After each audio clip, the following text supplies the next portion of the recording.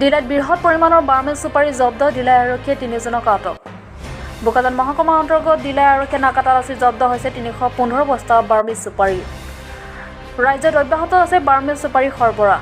আজি বোকাজানৰ ডিলাই আৰক্ষী নাকা তালাচী জব্দ কৰা চুপাৰী ভৰ্তি ট্ৰাকখনে তাকেই যেন প্ৰমাণ কৰিলে। ডিলাই আৰক্ষীয়ে জব্দ কৰা চুপাৰী ভৰ্তি ট্ৰাকখনৰ নম্বৰ হৈছে AS25FC8999। মণিপুৰৰ পৰা গুৱাহাটীৰ অভিমুখে গৈ থকা অৱস্থাত ডিলাই আৰক্ষীয়ে জব্দ কৰিছে বৃহৎ পৰিমাণৰ বাৰ্মিজ চুপাৰীখিনি। এই সন্দৰ্ভত ডিলাই আৰক্ষীয়ে 3জনক আটক কৰি অধিক তথ্যৰ বাবে জেৰা অব্যাহত ৰাখিছে।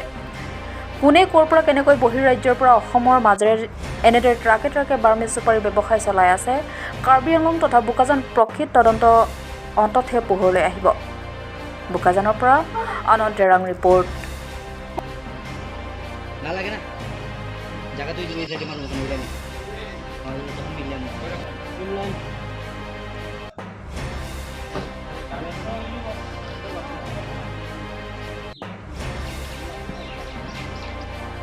কাৰ্বি আংলং জিলাৰ ডিলাইত বৃহৎ পৰিমাণৰ বাৰ্মিজ চুপাৰী জব্দ। বোকাজান মহকুমাৰ অন্তৰ্গত ডিলাই আৰক্ষীৰ নাকা তালাচীত জব্দ হৈছে 315 বস্তা বাৰ্মিজ চুপাৰী। ৰাজ্যত অব্যাহত আছে বাৰ্মিজ চুপাৰী সৰবৰাহ। আজি বোকাজান ডিলাই আৰক্ষীৰ নাকা তালাচীত জব্দ কৰা চুপাৰী ভৰ্তি ট্ৰাকখনে তাকেই যেন প্ৰমাণ কৰিলে। ডিলাই আৰক্ষীয়ে জব্দ কৰা চুপাৰী ভৰ্তি ট্ৰাকখনৰ নম্বৰ হৈছে AS25FC8999। মণিপুৰৰ পৰা গুৱাহাটী অভিমুখে গৈ থকা অৱস্থাত ডিলাই আৰক্ষীয়ে জব্দ কৰিছে বৃহৎ পৰিমাণৰ বাৰ্মিজ চুপাৰীখিনি। এই সন্দৰ্ভত ডিলাই আৰক্ষীয়ে 3জনকৈ আটক কৰি অধিক তথ্যৰ বাবে জেৰা অব্যাহত ৰাখিছে।